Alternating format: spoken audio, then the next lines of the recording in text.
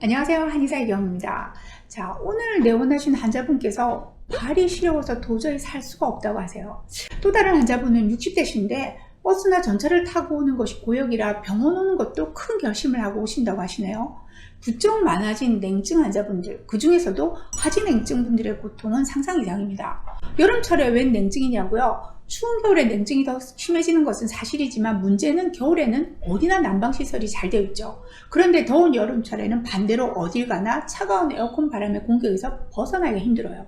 그렇다 보니 한여름에도 수면 양말을 신어야 하고 샌들이라고는 꿈도 못 꾸는 하지냉증 환자분들에게 여름은 정말 고역의 계절입니다. 내 몸이 건강한지 아닌지 가장 쉽게 알 수 있는 신호 두 가지를 들라고 하면 저는 체중과 체온을 들 겁니다. 체온을 잘 유지하기 위해서 우리 몸에서는 에너지와 영양물질을 공급하는 혈액이 쌩쌩 잘 돌아가야죠.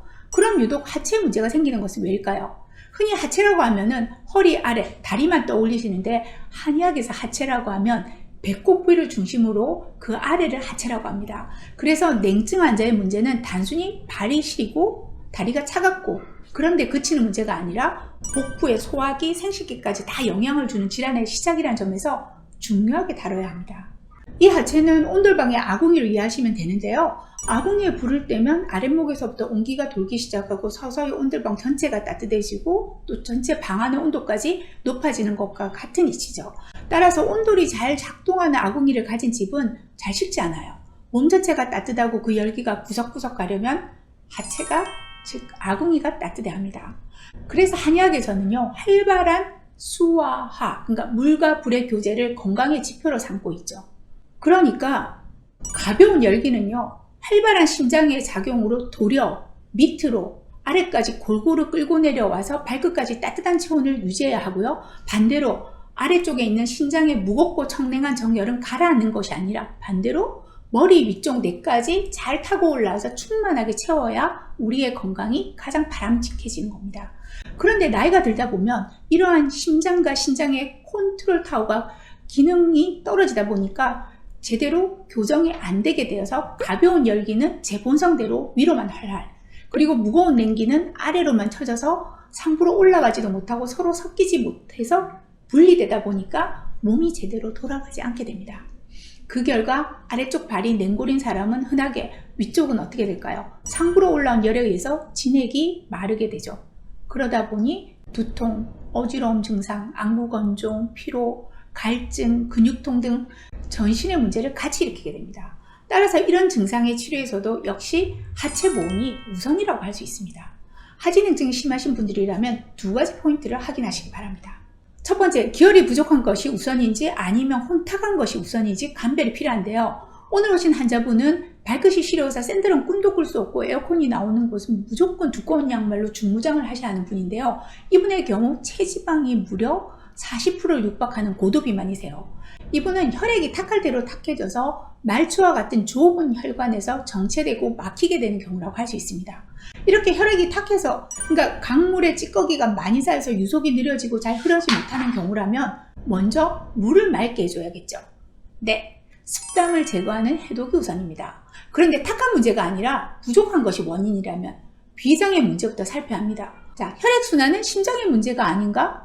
맞습니다만 하지냉증을 유발하는 주요 장기는 비장인 경우가 훨씬 많습니다. 위장관은 냉증에 가장 취약한 장기인데요.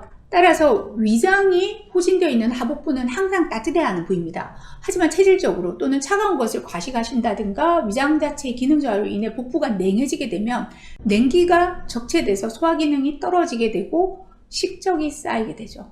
또 기혈의 순환이 제대로 되지 못해 냉적이 생기기도 합니다. 이 상태가 되면 아래로 내려보내지 못한 음식물 등이 막히게 돼서 상부로 역류하거나 머무르게 되고 그게 바로 소화장애, 역류성 식도염, 위하수 등의 질환이 되는 것이라고 할 수 있습니다. 아랫배 냉증은 전신적인 냉증의 시작이라고 할 수 있죠.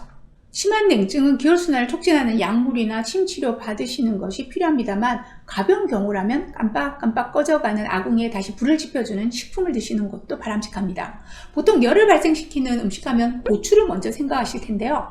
고추는 상부로 열을 끌어올리고 발산력이 가능한 음식이라 하지냉증에는 그다지 도움이 되지 않아요. 자, 오늘 제가 소개할 꺼져가는 아궁이에 불을 지펴주는 식품은 바로 부추입니다.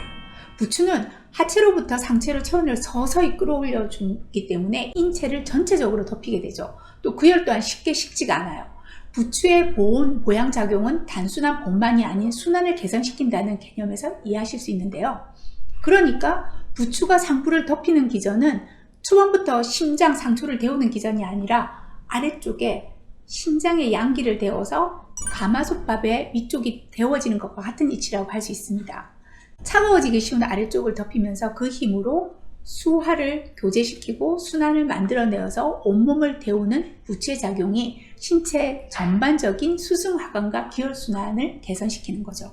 자, 이런 부추의 작용은요, 부추 속의 유황화합물 성분 때문인데요. 이 성분은 혈관을 확장시키고 혈액을 원활히 해서 체온을 상승시키는 작용을 하죠. 또 체내지방 합성 효소를 억제해서 콜레스테롤의 배설을 도와요.